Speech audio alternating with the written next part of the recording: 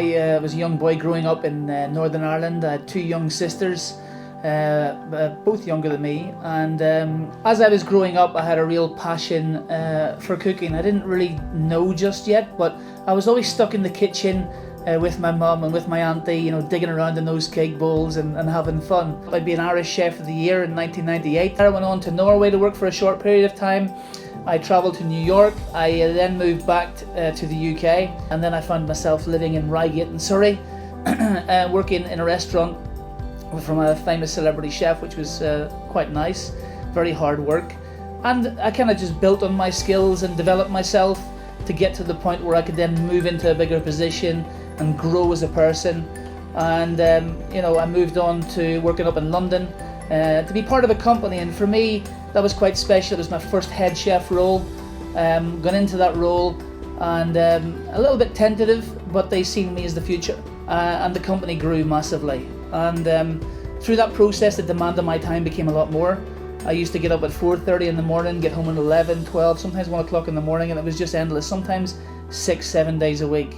And there was a restriction on times that I could spend with my family, and you know, I was there for, you know, a long period of time. And I remember the turning point for me was, you know, I wanted some time off for a family event, and I couldn't quite get that time off, and that really struck something with me, that something needed to change. And I remember, you know, for me going in and handing in my resignation was a really tough thing to do. 25 years in an industry that I had loved, that I'd give everything to.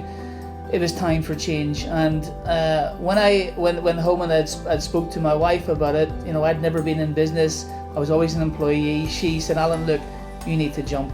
If you don't jump now, you're never going to know. You're going to hit some rocks along the way, but you need to jump."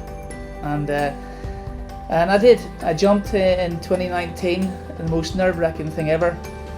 But I can honestly say what I've done now is definitely the best choice for me and my family. I can spend more time with my wife, with my kids. I've missed 8 years of my son growing up through hospitality, and I just wasn't planning on doing that again with my daughter. And for me, that was really, really important, to build something now, not just for me, but to create a legacy for my children, so they don't have to go through what I've gone through. And it can be tough, you know, but I want to create a life for us that's enjoyable. We have got time together and a future together.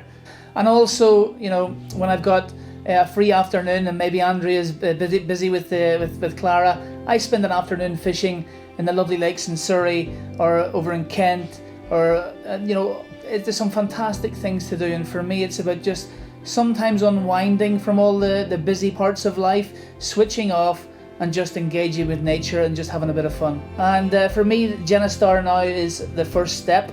It's growing.